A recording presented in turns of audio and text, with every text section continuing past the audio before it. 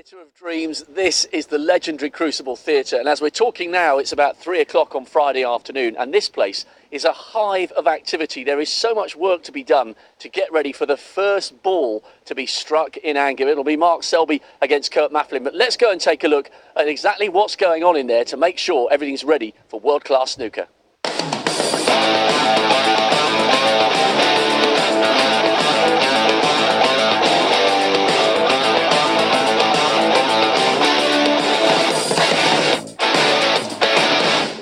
Well, this is the main concourse where people come to chill out when there's a break between frames.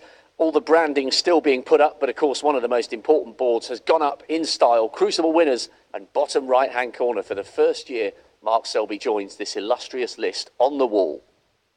Well, those of you who've seen his backstage tours before will know exactly where we are now. This is the interview area for the players. Again, still a few last-minute preparations waiting to be done. And by the time action gets underway, this press room will be absolutely packed, especially when the Chinese players are in action. The guy in charge in this room, don't mess with the Hirsch, Ivan Hershevitz. Ivan, we were loving the draw yesterday. There's so many brilliant matches to look forward to. What do you reckon is your pick of the first round matches? What's your favourite? Probably the one most fascinating is tomorrow, the opening match, I think. Mark Selby against Kurt Mafflin.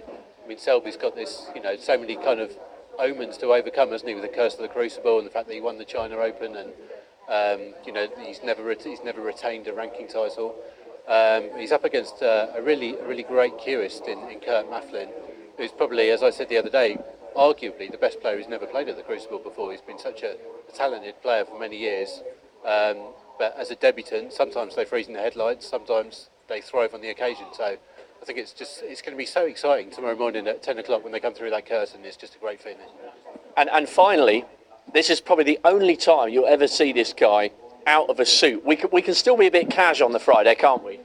A little bit, yeah. I've got 17 shirts to iron tonight, so that's my evening sorted out. Well, good luck with the rest of the prep, Ive. There's Jamie Broughton, 5 Live there. He'll be broadcasting to the nation for 17 days. He needs to bring a fair supply of strep cells because he's going to get tired towards the end. Well, this wall has a little place in Crucible history because by the end of the 17 days, all the articles that have been written by the guys in there and published by the newspapers around the country will be adorning the walls. And we've got a new layout. There's some new pictures here on the walls of some of the theatre shows that have happened at the Crucible. So I reckon by the end, the newspaper articles will stretch all the way right down the end of the corridor. Just one of the little idiosyncratic niceties of coming here to Sheffield. So this is just on the outside of the doors into the Crucible. And a new little feature this year, we've got some motivational quotes and statements from some of the players. Being world champions, something I dreamed of as a kid. I knew it would happen one day. Mark Selby, great scenes from him 12 months ago. And then right down the bottom, we've got quotes there from Ronnie and Neil and Sean and Ricky, but a brilliant one there from Joe. I've been playing snooker since I was 12, and all I ever wanted to do is win a major tournament, which of course he did when he won the Players' title in Thailand, £100,000. That was an emotional victory for Big Joe. And for players getting stage fright, it is as simple as follow the arrow marked on the wall with sellotape. And these are the last few strides before the players come out. The branding, as you can see, sorry guys, is still being put up. Mind the wires, cameraman Matt. And then this is what it's all about. This is what the preparations have all been for. As these highly skilled cameramen, they're just practicing the first stand-up from Hazel Irvine and the rest of the team before we get going tomorrow. But this is it.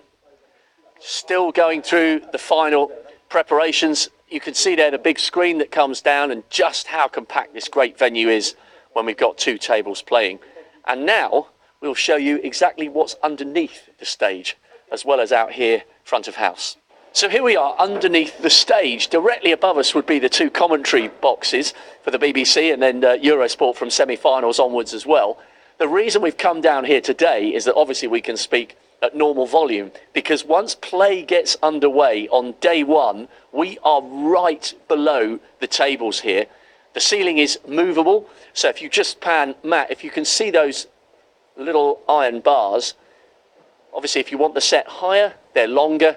The rest of the infrastructure here stays exactly the same, but we are right underneath the playing surface. And if I was speaking at this volume with a match going on, the players would hear me through the floor. It's quite weird to feel that you're underneath the set. You can actually hear people walking upstairs, the cameramen getting ready. You can hear the floor shaking.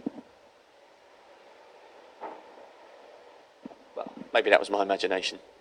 Well, perhaps the strangest or coolest feature about being underneath the set here at the Crucible is round here to the left. You can see we're going ever so slightly uphill. Follow me, Matt. Watch your footing with all the cables and wires. We are now standing directly behind the two chairs and the scoreboard occupied by the players on table one. And if this highly skilled operative Matt goes down and close enough, you can just see through the grille the arena floor. And in fact, when we came and stood here last year, we could see those very distinctive Judd Trump shoes. So this is right behind and right next to where the players will be. It's a really unique venue, this, and one that contributes hugely to the atmosphere of the championship. Well, when it comes to last-minute organisation, we've got to grab a word or two with this guy. Tournament director, don't mess with Mike Ganley. Mike, it is so cool to be back in Sheffield, but how much work goes into the final week to ensure it all looks sparkling as it will do for the public? No, there's a lot of work goes in. A lot of the contractors have been here since last Friday and Saturday, loaded in, stripping out so as they can get loaded in, getting the floor in place, getting all the other bits and pieces in, the scaff towers, com boxes. So that starts earlier in the week. We've had the big screen up this week as well for the qualifiers, so as the punters outside can actually see what's going on, so it's a preamble into the tournament itself. But no, there's a lot of work, a lot of people involved, and it's going quite well, so can't moan too much.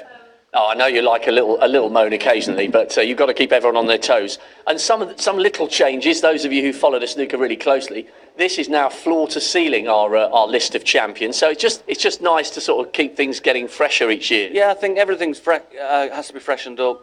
You do it so long, you just think, oh, well, we did it that way, let's keep it that way. But you've got to change. You've got to move with the times. I mean, some of the branding around the venue is a lot better.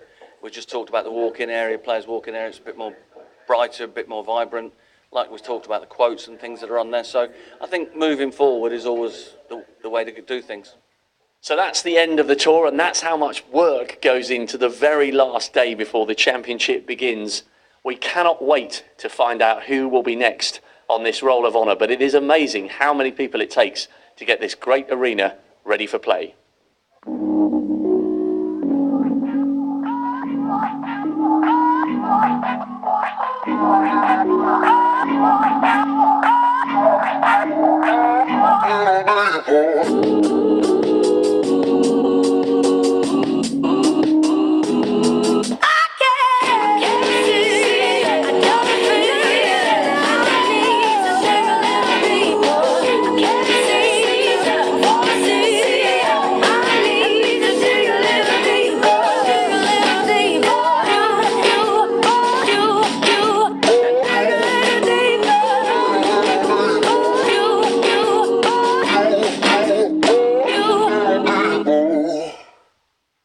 Well, speaking of the great